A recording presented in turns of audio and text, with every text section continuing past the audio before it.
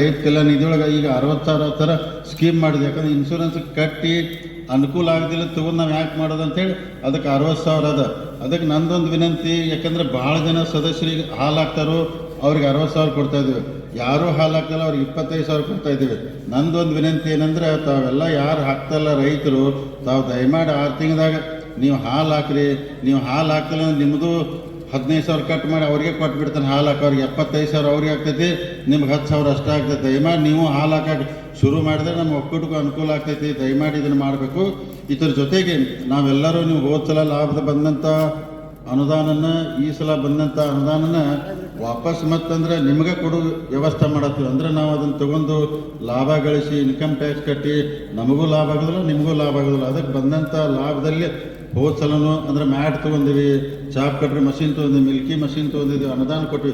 ಈ ಸಲನೂ ಸುಮಾರು ಅಂದ್ರೆ 10,000 ಮ್ಯಾಟನ್ನ ತಮ್ಮ ರೈತರು ಕೊಡಕ್ಕೆ ನಾವು ಅಂದ್ರೆ 60% ನಮ್ಮದು, 40 ನಿಮ್ಮದು ಅಂದ್ರೆ ಮ್ಯಾಟನ್ನು ವಾಪಸ್ ಕೊಡೋದು. ಆಮೇಲೆ 400 ಅಂದ್ರೆ ಚಾಪ್ ಕಟ್ರಿ ಮಷೀನು. ಹೋದ ಸಲ ಡಿಸೈಲ್ದು ಬೇಡಿಕೆ ಇಟ್ಟಿದ್ರಿ, 300 ಡಿಸೈಲ್ ತೊಗೋದು, 100 ಎಲೆಕ್ಟ್ರಾನಿಕ್ ಮ್ಯಾಗ ತೊಗೊಳ್ದೈತೆ. ಅದೊಂದು ನಿರ್ಣಯ ಮಾಡಿದ್ವಿ. ಮಿಲ್ಕಿ ಮಷೀನ್ ಇರ್ಬೋದು. ಸುಮಾರು 2 ಕೋಟಿ ಅನುದಾನನ ಕಟ್ಟಡಗಳು ನಿರ್ಮಾಣ ಮಾಡಲಿಕ್ಕೆ, ಅಂದರೆ ಎಲ್ಲಿ ಹಳಿ ಕಟ್ಟಡ ಆಗಿದಾವು ಅವಕ್ಕೆಲ್ಲನೂ 2 ಕೋಟಿ ಅನುದಾನ ಮುಖಾಂತರ ಎಲ್ಲ ಹೊಸ ಕಟ್ಟಡದಲ್ಲಿ ಅತಿ ಅಚ್ಚುಕಟ್ಟಾಗಿ ನಡೀಲಿ ನಮ್ಮ ಸಂಘ ಸಂಸ್ಥೆಗಳು ಅಂತೇಳಿ ಅದಕ್ಕೆ ಬಂದಂಥ ಅನುದಾನ ವಾಪಸ್ಸನ್ನ ಅಲ್ಲಿ ಎಲ್ಲ ಕೊಟ್ಕೊಂಡು ಹೋಗುವ ಮಾಡಿದ್ದೀವಿ. ಅದ್ರ ಜೊತೆಗೆ ಮೇಗಾ ಡೈರಿ ವಿಚಾರನ ಎಲ್ಲ ಪ್ರಸ್ತಾಪ ಮಾಡಿದ್ರಿ. ಯಾಕಂದ್ರೆ ಈಗ ಸುಮಾರು ನಾವು ಅಲ್ಲಿ ಏನು ಬೆಳಗಾವಿ ಹಾಲು ಒಕ್ಕೂಟ ನಡೆಸ್ತೀವಿ, 25 ಎಕರೆ ಜಮೀನಲ್ಲಿ ನಾವು ಅದೀವೀಗ. ಯಾಕಂದ್ರೆ ಮೂಲತಃ ಜಮೀನು ಅಂದ್ರೆ ಹೈನುಗಾರಿಕೆ ಅಂದ್ರೆ ಪಶುಸಂಗೋಪನಾ ಇಲಾಖೆದ ಜಮೀನು ಅದು. ನಾವೆಲ್ಲ ಲೀಸ್ ಮ್ಯಾಗ ಇದೀವಿ. 2045 ಹೊತ್ತಿಗೆ ನಮಗೆ ಲೀಸ್ ಐತದ, ಗೌರ್ಮೆಂಟ್ದವ್ರು ಲೀಸ್ ಕೊಟ್ಟಾರ. ಅದಕ್ಕೆ ನಾನು ಯಾಕಂದ್ರೆ ಈ ಸರ್ಕಾರದಲ್ಲಿ ಅಂದ್ರೆ ಏನು ಮಾಡಾಕತ್ತೇನಂದ್ರೆ, ನಿಮಗಂದ್ರೆ ಪಶುಸಂಗೋಪನಾ ಇಲಾಖೆಗೆ ನೀವು ಒಂದು 6 ರಿಂದ 7 ಎಕರೆ ನೀವು ಇಟ್ಕೋರಿ, ಉಳಿದದ್ದು 19 ಎಕರೆ ನಮಗಂದ್ರೆ ಖರೀದಿ ಕೊಟ್ಬಿಡ್ರಿ ನಮ್ಮ ಹಾಲು ಒಕ್ಕೂಟಕ್ಕಂದ್ರೆ. ಆ ಜಾಗ ಎಲ್ಲ ಪ್ರೊಸೆಸ್ ಮುಗಿದ ನಂತರ ಹೊಸ ಡೈರಿ ಕೈ ಹಾಕ್ತೀನಿ. ಅದು ಬಹುಶಃ ಒಂದು 6 ತಿಂಗಳು ಆಗ್ಬೋದು, ಸ್ವಲ್ಪ ಹೆಚ್ಚು ಕಮ್ಮಿ ಆಗ್ಬೋದು. ಯಾಕಂದ್ರೆ ಒಕ್ಕೂಟಕ್ಕಂದ್ರೆ ಜಾಗ ಖರೀದಿ ಮಾಡ್ಕೊಂಡು ನಮ್ಮದೇ ಜಮೀನೊಳಗೆ ಹಾಲು, ಯಾಕಂದ್ರೆ ಒಕ್ಕೂಟ ಮಾಡಕ್ಕೆ, ಯಾಕಂದ್ರೆ ಅದೇ ಜಾಗದಾಗ ಮಾಡೋದು 5 ರಿಂದ 6 ಎಕರೆದಾಗ ಹೊಸ ಒಕ್ಕೂಟ ಆಗ್ತದೆ. ಹೊಸ ಒಕ್ಕೂಟ ಆಗೋದ್ರಿಂದ ಲಾಭ ನಿಮಗೂ ಇದೆ, ನಮಗೂ ಇದೆ. ಈಗ ಯಾರೋ ಒಬ್ಬರು ಹೇರ್ ಪ್ರಶ್ನೆ ಕೇಳಿದ, ಯಾಕಂದ್ರೆ ಮಷೀನ್ ಎಲ್ಲ ಹಳಿವಾಗಿ ಎಷ್ಟು ಮಷೀನ್ ಹಳಿವಾಗ್ತಾವು ಅಷ್ಟು ನಮಗೆ ನಿರ್ವಹಣೆ ವೆಚ್ಚ ಜಾಸ್ತಿ ಆಗ್ತೈತೆ. ಅಂದ್ರೆ ಕಾಸ್ಟ್ ಆಫ್ ಪ್ರೊಡಕ್ಷನ್ ಅಂದ್ರೆ ₹1 ಆಗೋದು ಅಂದ್ರೆ ಕೆಲಸ ಮತ್ತು 2-3 ರೂಪಾಯಿ ಆಗ್ತೈತೆ.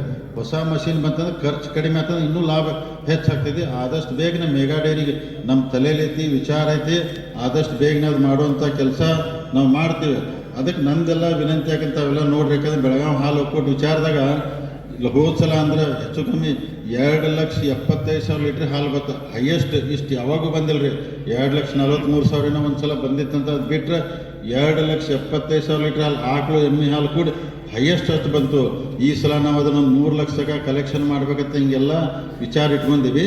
ಅದಕ್ಕೆಲ್ಲ ನಿಮ್ಮೆಲ್ಲ ಸಹಕಾರ ಭಾಳ ಬೇಕಾಗ್ತೈತೆ. ಯಾಕಂದ್ರೆ ಅಲ್ಲಿ ಕೆಲಸ ಮಾಡುವಂಥ ಚೇರ್ಮನ್ ಇರ್ಬೋದು, ಕಾರ್ಯದರ್ಶಿ ಇರ್ಬೋದು, ಅಥವಾ ನೀವು ಆಡಳಿತ ಮಂಡಳಿ ಎಲ್ಲ ಸದಸ್ಯರು, ನಿಮ್ಮ ಸಹಕಾರ ಎಲ್ಲ ಭಾಳ ಬೇಕಾಗ್ತೈತೆ. ಯಾಕಂದ್ರೆ ನಿಮ್ಮ ಸಹಕಾರ ಕೊಟ್ರೆ ಅನುಕೂಲ ಆಗ್ತೈತೆ.